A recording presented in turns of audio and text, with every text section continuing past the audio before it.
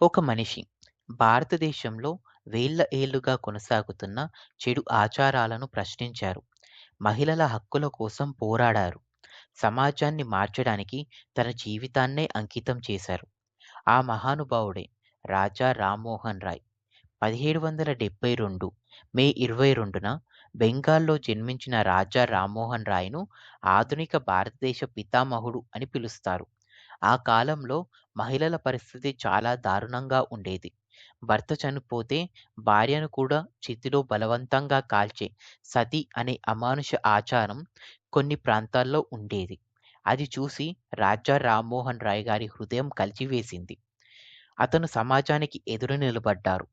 ఎంత వ్యతిరేక వచ్చినా వెనక్కి తగ్గలేదు. తన రచనలు, ప్రసంగాలు, ఉద్యమాలతో సతీ ఆచారాన్ని రద్దు చేయించేందుకు పోరాడారు.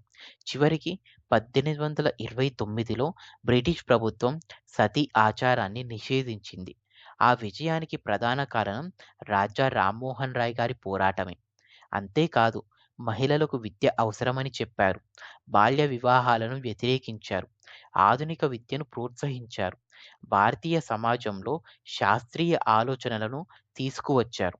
ఆయన స్థాపించిన బ్రహ్మో సమాజ్ భారతీయ సమాజానికి సంస్కరణను కొత్త దారి చూపించింది. ఆ కాలంలో ఇలా సమాజానికి ఎదురు నిలబడడం చాలా కష్టం.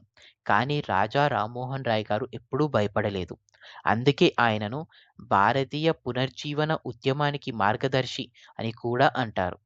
ఈ రోజు మనం పొందుతున్న ఎన్నో హక్కులు, మహిళల స్వేచ్ఛ, ఆధునిక విద్య, సామాజిక సమానత్వం ఇవన్నీ రావడానికి రాజా రామ్మోహన్ రాయ్ వంటి మహానుభావుల త్యాగాలే కారణం.